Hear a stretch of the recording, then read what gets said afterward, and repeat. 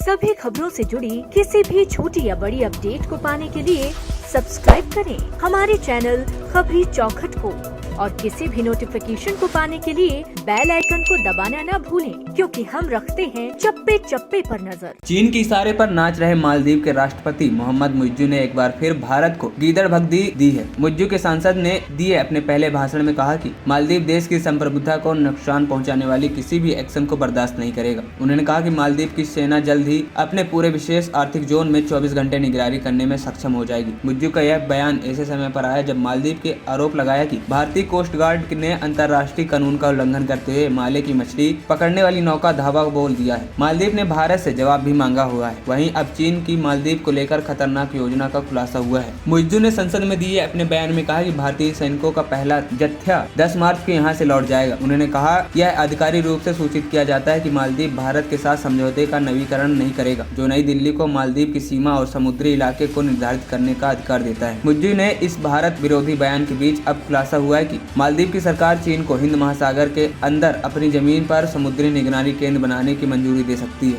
मुइज्जू ने यह भी कहा कि उनकी सरकार मालदीव की सेना, नौसेना और वायुसेना तीनों को मजबूत करेगी ताकि खतरों से निपटा जा सके। मालदीव के राष्ट्रपति ने यह नहीं बताया कि 24 घंटे में कैसे वह अपने विशेष आर्थिक जोन की निगरानी करेगा, लेकिन भारत में इस बात को लेकर चिंता पैदा हो गई कि चीन मालदीव के मनूनूद द्वीप पर समुद्री निगरानी केंद्र बना सकता है। इससे पहले मुइज्जू के करीबी पूर्व राष्ट्रपति अब्दुल्ला यमीन ने साल 2017 में चीन के एक ऑब्जर्वेटरी बनाने की अनुमति दी थी। भारत ने मालदीव के इस कदम का कड़ा विरोध किया है और मालदीव को इस पूरे मामले को लेकर संवेदनशील होने के लिए कहा था। अब्दुल्ला यमीन के चुनाव के हार जाने के बाद सत्ता से हटाने पर भारत समर्थक इब्राहिम सोलिह सत्ता में आए थे। उन्होंने इस परियोजना को रद्द कर दिया था। इसके बाद अब यमीन के करीबी मुइज्जू सत्ता में आए हैं और फिर वह अपने देश को चीन का गुलाम बनाने में जुट गए हैं। भारत में अब तक इस बात को लेकर चिंता जताई जा रही है कि चीन जल्द ही मालदीव को एक समुद्री निगरानी केंद्र बनाने के लिए दबाव डाल सकता है। इससे चीन की नौसेना को हिंद महासागर तक पकड़ मजबूत करने में सहायता मिलेगी। मालदीव और चीन दोनों ही इस निगरानी केंद्र को मालदीव के विशेष आर्थिक जोन की निगरानी के लिए जरूरी बता सकते हैं, लेकिन यह भारत के पड़ोस में चीन का एक और रणनीतिक असेट बन जाएगा। मुइज्जू ने कहा कि उनका देश किसी भी